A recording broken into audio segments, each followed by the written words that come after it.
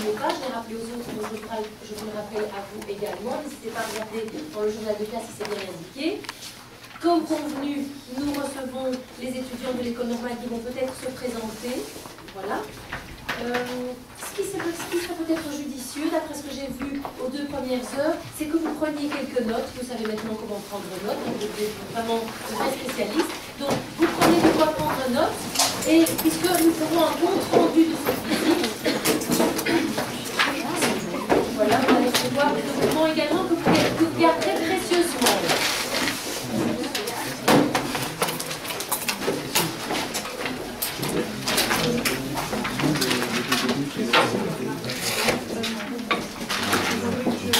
Voilà, prenez rapidement une feuille.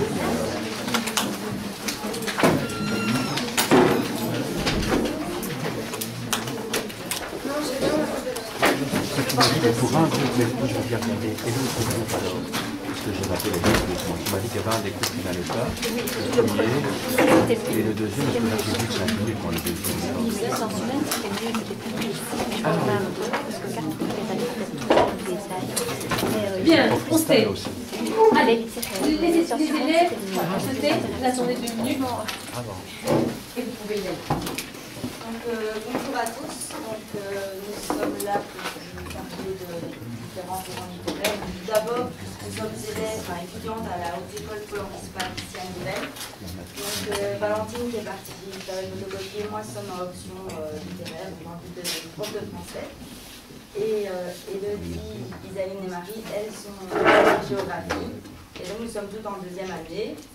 Et il y aura aussi un second groupe qui relaiera après. Je pense qu'elle se présentera un peu elle-même. Et donc, on est ici pour vous parler du réalisme. Donc, qu'est-ce que le réalisme? C'est un mouvement littéraire, c'est un style d'écriture qui a pour but d'exprimer la description telle qu'elle est, de décrire les choses dans leur vraie réalité, donc vraiment de rester fidèle aux choses telles qu'elles sont. Donc, ne pas les idéaliser et rester sur son avis objectif des choses, vraiment ne pas donner son avis et rester objectif sur les choses que l'on voit.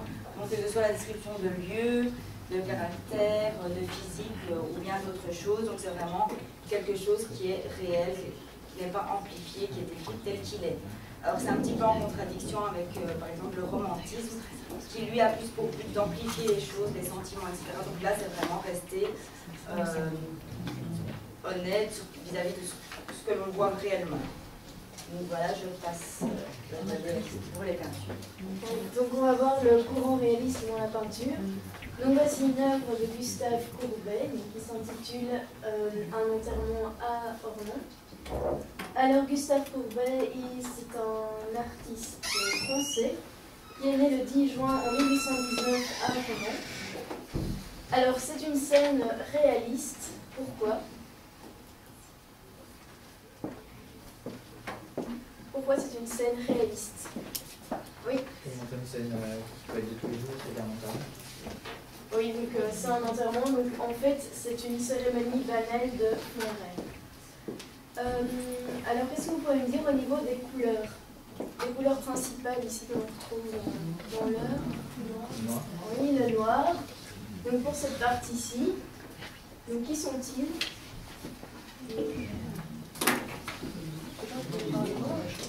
Oui, donc qui principalement? Les proches, la famille. Alors, quelle est l'autre couleur? D'autres couleurs que vous voyez? Oui, blanc. Le blanc, donc beaucoup de couleurs pâles. Et alors le rouge pour les sacristains, donc le blanc et le rouge pour les hommes d'église, et le noir pour la famille. Donc en fait, ce sont bien des couleurs qui représentent, qui sont en accord avec le thème, donc, qui est une cérémonie funèbre. Alors au niveau de l'organisation spatiale de l'image, qu'est-ce que vous voyez au niveau de la position des personnages, du paysage? Qu'est-ce que vous voulez me dire?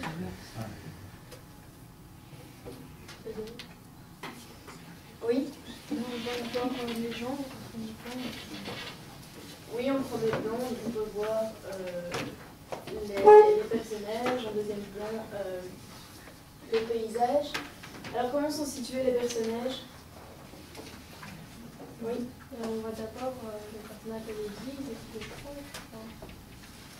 Oui, donc on peut voir qu'il y a une séparation, donc homme d'église et famille. Oui. Ils sont autour du mur. Oui, donc voilà, ils sont en arc de cercle, donc autour du cercueil qui se trouve dans le trou, qui se trouve lui au centre. Alors au niveau des personnages, donc, on a déjà plus ou moins tout dit, donc homme d'église, famille, et ici, quel personnage voit-on? Vous pouvez regarder dans le dossier, page 7, parce que vous avez peut-être vu plus près. Qui sont ces personnes?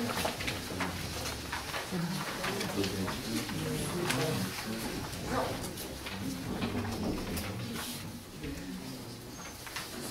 Personne? Ce sont des pleureuses en fait. Donc, elles n'ont rien à voir avec la famille du défunt. Elles sont juste là pour pleurer le mort. Donc il y en a certaines, elles étaient même payées pour faire ça.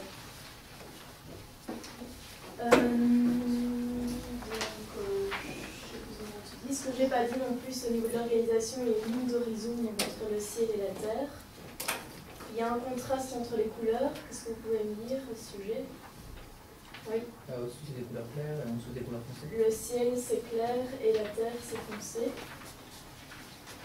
Alors ce qu'il faut savoir aussi pour cette peinture, c'est qu'elle a été réalisée entre 1849 et 1850. Elle mesurait 3 mètres sur 7 mètres de large. Et en fait ça a beaucoup choqué les gens de l'époque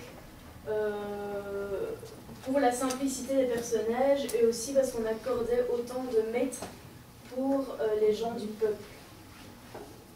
Donc ça, en fait ça signifiait élever les personnes pauvres au niveau des plus grands, donc les personnes plus riches. Mais pour Courbet, ce qui existait vraiment méritait d'être représenté. Donc voilà pour l'analyse de l'œuvre de Gustave Courbet. On passe à l'œuvre de Félicien Rops. Donc cette œuvre s'intitule Un enterrement triste. Alors qu'est-ce que ça vous évoque quand vous regardez cette peinture? Quelle est l'émotion qui vous passe par la tête? Oui. Non, la tristesse. La tristesse. Oui, quelqu'un d'autre? Oui, donc la tristesse. Ou non, un enterrement triste. Alors Félicien Rops, en fait, c'est un artiste belge qui est né à Namur le 7 juillet 1833. Alors au niveau des couleurs, qu'est-ce que vous voyez? En noir et blanc, c'est une peinture. Enfin, non, pas une peinture. Oui, sinon les couleurs sont le noir et le blanc. Et pourquoi, à votre avis? Pourquoi c'est noir et blanc? Oui. Parce que ça évoque la tristesse. Oui, donc ça peut être en rapport avec le thème de la peinture. En fait, c'est un dessin qui a été dessiné au crayon. Au niveau de l'organisation ici de l'image, qu'est-ce que vous pouvez dire?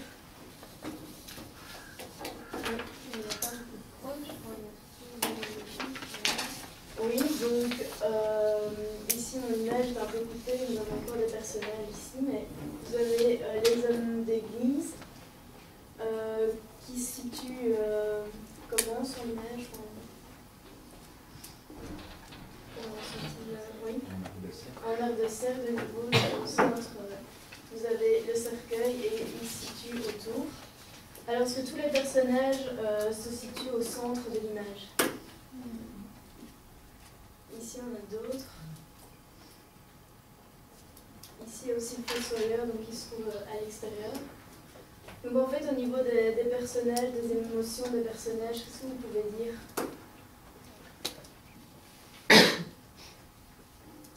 Oui. Ils ont l'air tristes. Même si ces deux personnes-là n'ont rien à voir avec la famille, ils viennent juste pour la cérémonie. Ici, qu'est-ce que vous pouvez dire pour le petit garçon? Est-ce qu'il a l'air attristé? Non, pas du tout. Donc, il paraît tout à fait indifférent. Il est en train de jouer avec le chien, il lui lance de l'eau bénite. Et ici, vous avez donc les porteurs, donc si vous regardez sur page 7, les porteurs du cercueil qui, eux, paraissent aussi tout à fait indifférents, parce qu'ils attendent que la cérémonie se termine en disant un verre. Alors, qui est vraiment triste en fait sur cette image? Qui paraît tout à fait accablé par la mort du défunt? Oui. Une personne qui ne joue pas. Non, ils jouent plutôt la comédie, eux, parce qu'ils n'ont rien à voir avec la famille. Enfin, oui. L'enfant, donc, celui-ci, et son tuteur. Alors, au niveau du physique des personnages, qu'est-ce que vous pouvez dire si vous regardez ici les trois curés? Ils sont, oui, j'ai entendu, ils sont gros, bredonnants. Donc on pourrait presque croire que c'est une caricature, mais en fait pas du tout. Félicien Rops, donc tout est très bien proportionné, et Félicien Rops n'a pas exagéré. Donc c'est bien une scène réaliste. Donc voilà pour ces deux peintures. Je laisse la parole à mes amis.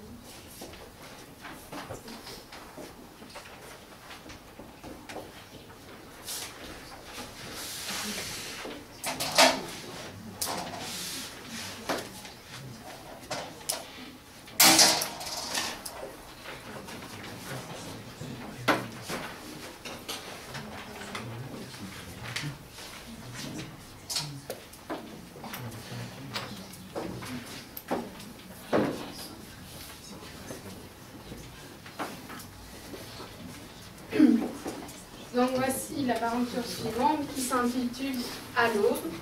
Ça vous fait penser à quoi? Qu'est-ce qu'on voit sur cette peinture?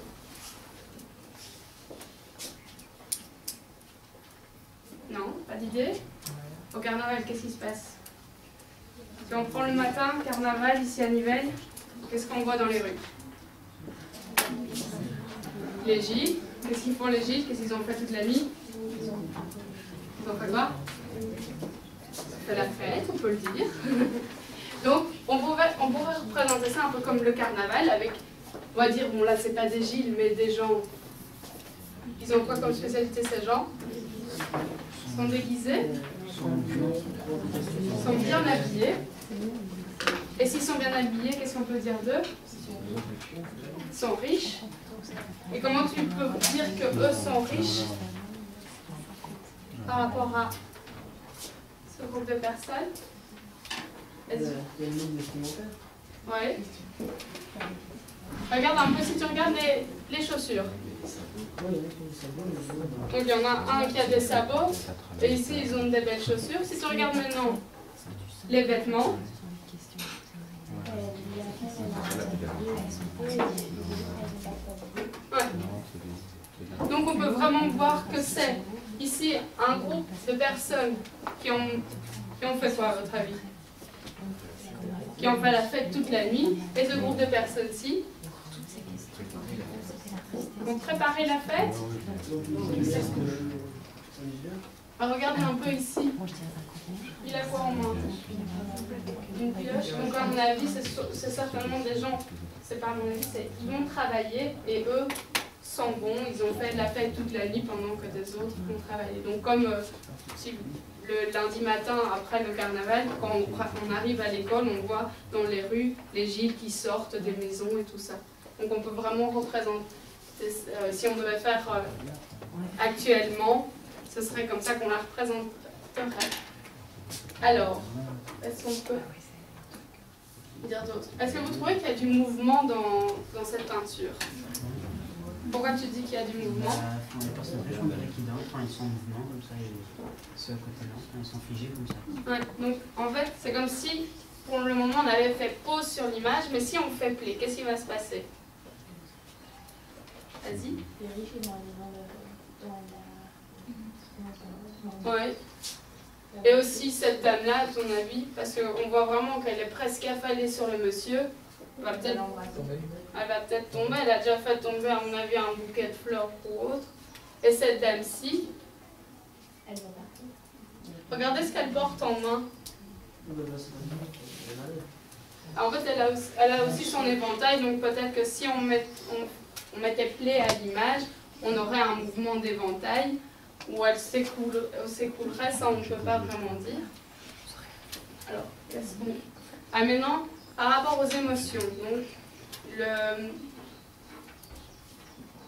les émotions qui figurent dans cette œuvre, qu'est-ce qu'on peut dire? Du dégoût? Pourquoi tu dis qu'il y a du dégoût? Ceux qui vont travailler et ceux qui font la fête. Oui. Regardez du mépris. Du mépris. Qui, dans cette image, quels personnages ont du mépris à ton avis? Les pauvres. Plus particulièrement cette madame, parce que je ne sais pas si vous voyez, elle regarde vraiment de la tête aux pieds les personnes qui sont en train de sortir. Mais aussi, il y a un autre personnage qui a un peu du mépris. Derrière. Dans ce groupe-ci? Non, il y a une femme. Je vois pas. Je sais pas, c'est une femme derrière la femme 2. Ici? Ça. Derrière la femme 2. Ah oui, ici, celle-ci. Et aussi un air de mépris, mais aussi ce monsieur qui regarde aussi vraiment de la tête aux pieds les personnes qui vont travailler. Et maintenant, si on parle de ces deux personnages, ils sont joyeux, ils sont peut-être ivres, oui. Et aussi, comment ils regardent la dame. Oui, il a l'air de la regarder un peu amoureusement. Donc, on peut vraiment dire que c'est une peinture qui est quoi? Réaliste. Parce que si maintenant, en fait, on pourrait dire que c'est presque une photo prise au matin de personnages. Donc vraiment, on est vraiment dans le réel, avec des vraies émotions, avec des vrais personnages, etc. Donc voilà, je vais laisser la parole à Elodie.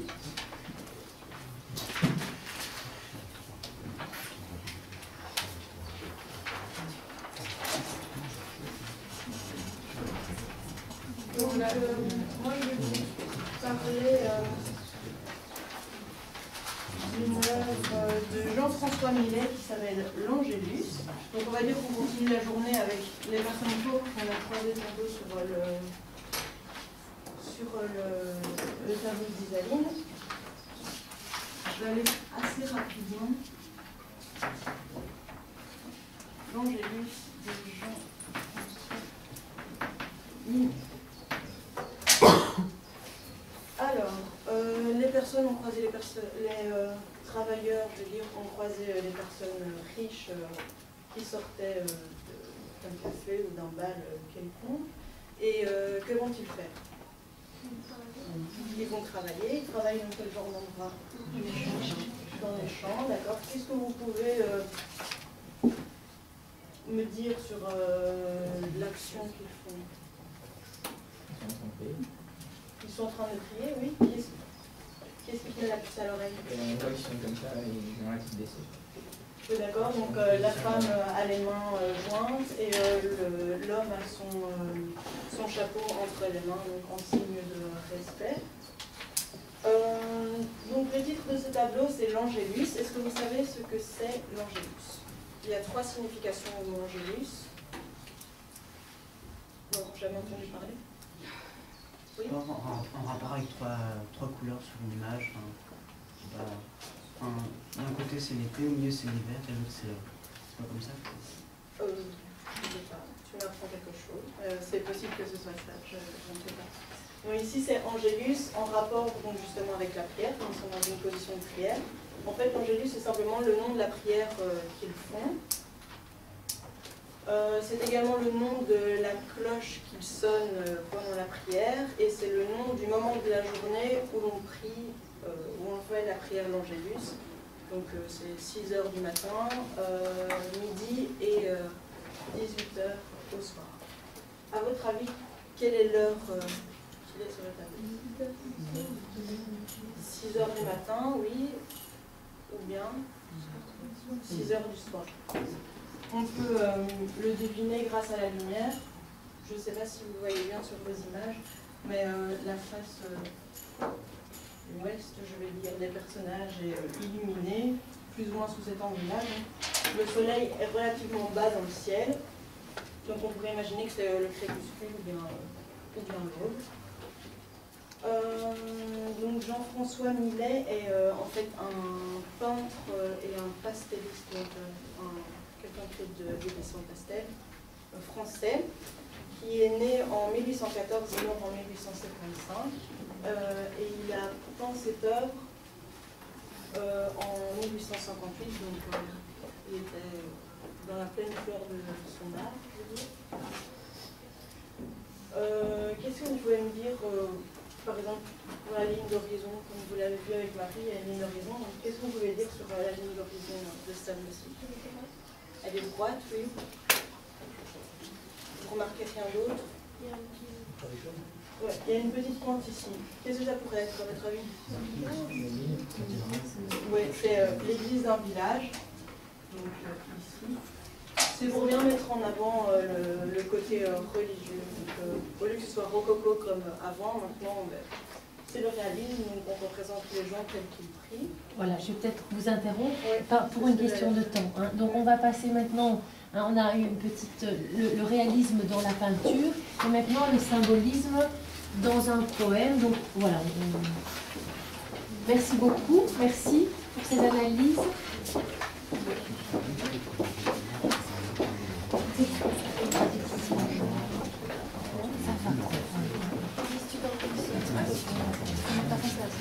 Oui, pardon? Non, vous m'applaudissez pas. Vous m'applaudissez, moi, quand je me crève. Enfin, c'est incroyable, cette histoire. Mais on pourra peut-être applaudir tout à la fin. Parce qu'effectivement, c'est pas évident d'être dans une situation, c'est quand même beaucoup de stress. Si vous proposez ça, c'est que vous vous en rendez compte, c'est bien. Alors, le symbolisme en 2 mots, hein, l'intro en 2 mots, et alors on passe rapidement à l'analyse du poème, la lecture du poème et une petite analyse, parce que bon, on a très peu de temps. Oui, je sais. J'aimerais bien quand même que ça vienne de vous. Symbolisme, symbole, voilà. Ça vous dit quelque chose? Qu'est-ce que c'est un symbole? Une idée de symbole. Vous en connaissez 50 000. Hein. Un symbole, n'importe lequel. Bien connu.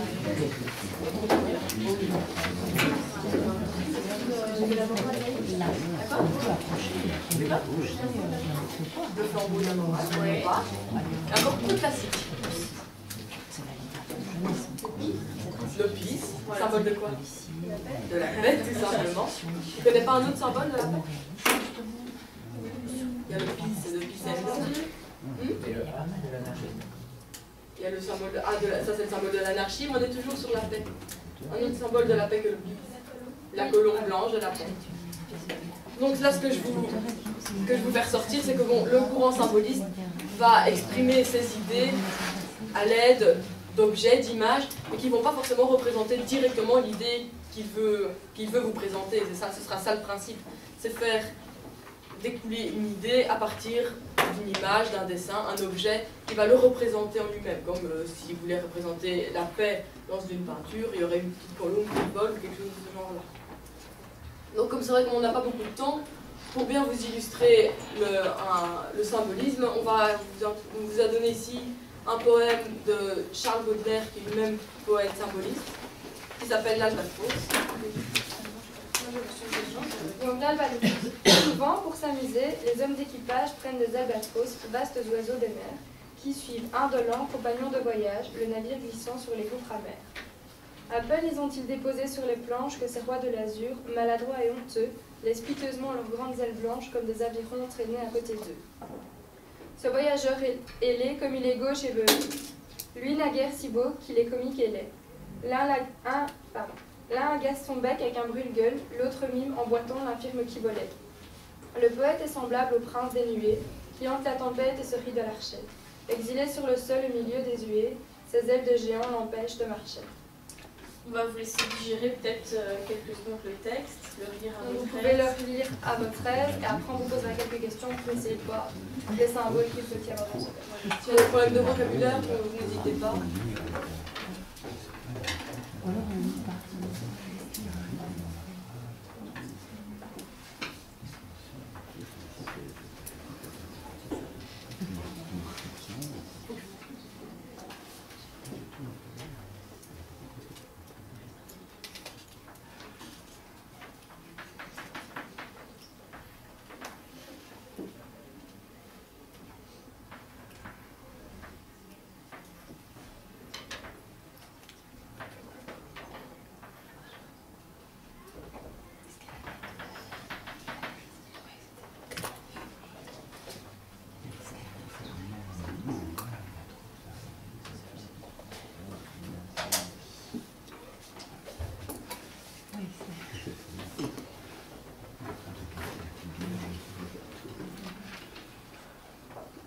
Alors, est-ce que l'un d'entre vous sait ce qu'est un albatros?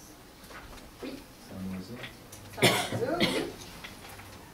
Tu sais m'en dire un petit peu plus? Il y a des grandes ailes. Oui. Oui. C'est une sorte de grosse mouette qui est près de la côte. On peut dire ça comme ça. C'est une sorte de grosse mouette. On peut présenter ça comme ça. Alors.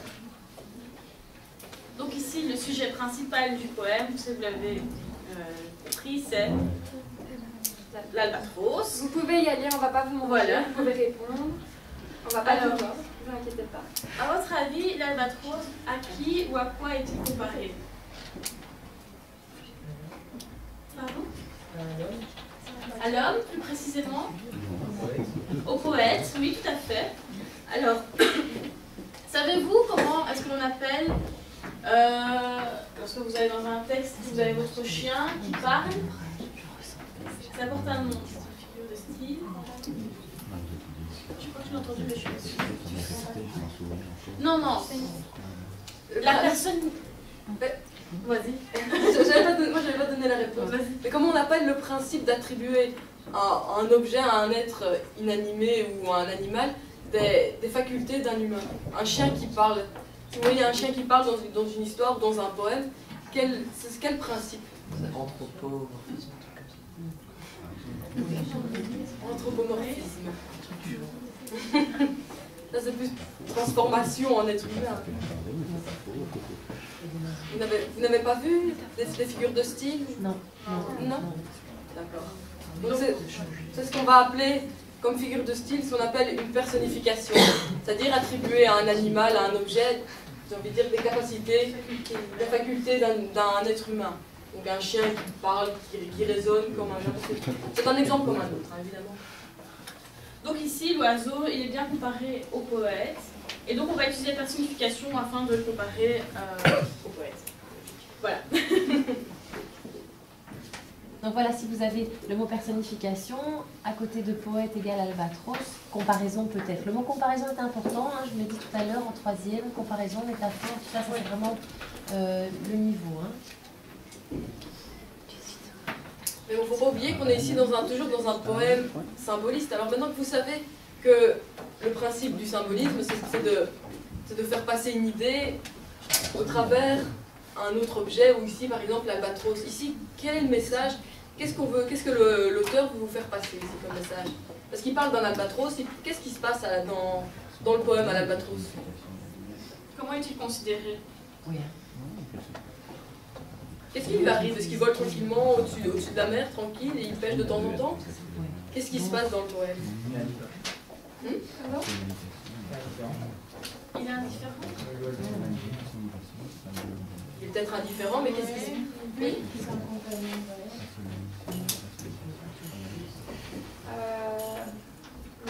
En fait, ici, ce qu'on veut faire dire, c'est comment est-il considéré dans le poème? Oui. On se moque de lui, voilà. C'est ça.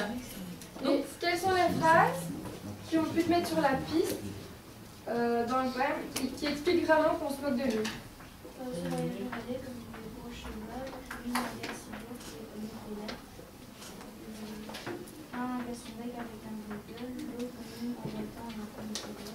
Voilà, donc en fait, l'albatros, ce qu'il faut savoir, c'est qu'il est très à l'aise quand il est dans son élément, donc quand il vole.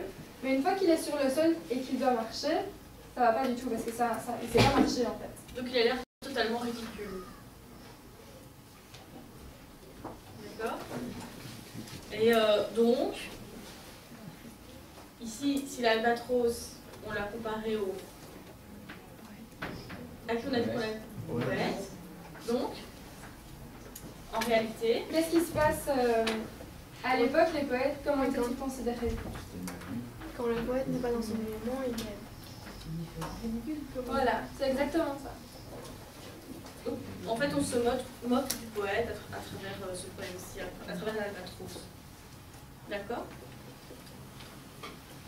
Est-ce que c'est clair? Parce que si c'est pas clair, on vous réexplique, il n'y a pas de souci. Hein. S'il y a un moindre doute, ça va pour tout le monde?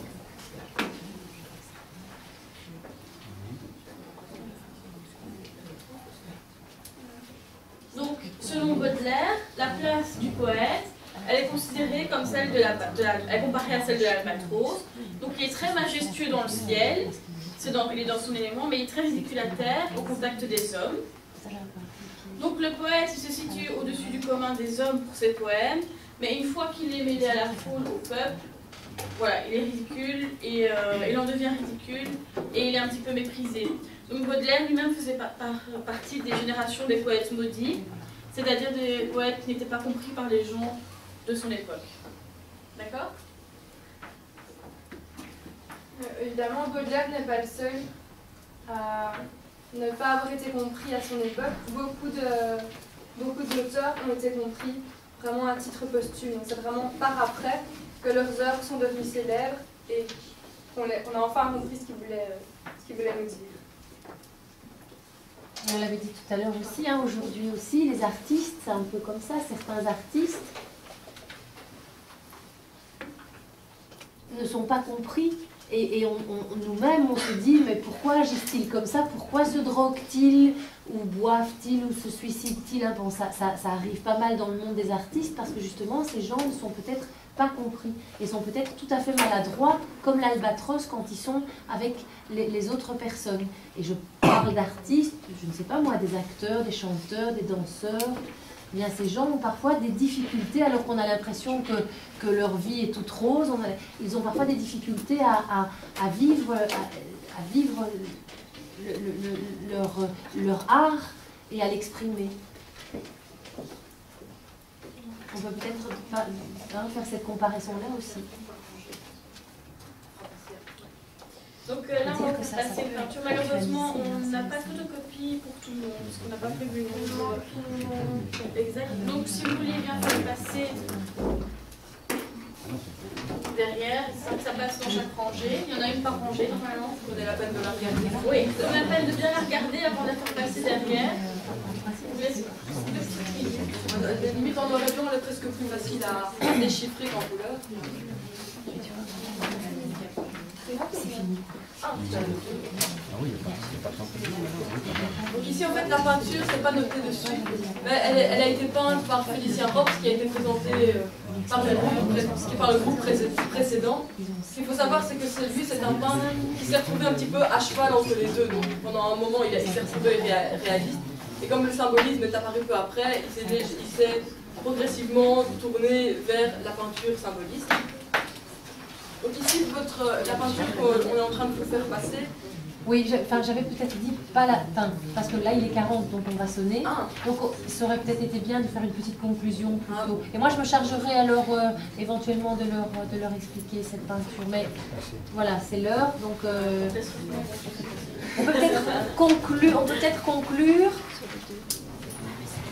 Réalisme, symbolisme, un petit rappel de ces deux notions, et voilà. Donc alors ce que vous pouvez conclure de ce que vous venez de voir maintenant sur le réalisme et le symbolisme, c'est que le réalisme, lui, va surtout vous présenter une vision le plus réaliste possible de la réalité, de la vie quotidienne, de ce qui se passe dans la vie, alors que le symbolisme c'est vraiment subjectif, parce que vous allez avoir une interprétation du tableau que la précaire va vous expliquer plus tard. Par rapport au poème aussi. Oui, mais nous pouvons avoir une explication totalement différente. Donc, dans le symbolisme, chaque explication sera propre à la personne qui va essayer d'interpréter ce qu'il lit ou ce qu'il observe. Donc, ce n'est vraiment pas objectif. Donc, on peut vraiment poser réalisme et symbolisme. Voilà. Merci beaucoup, voilà.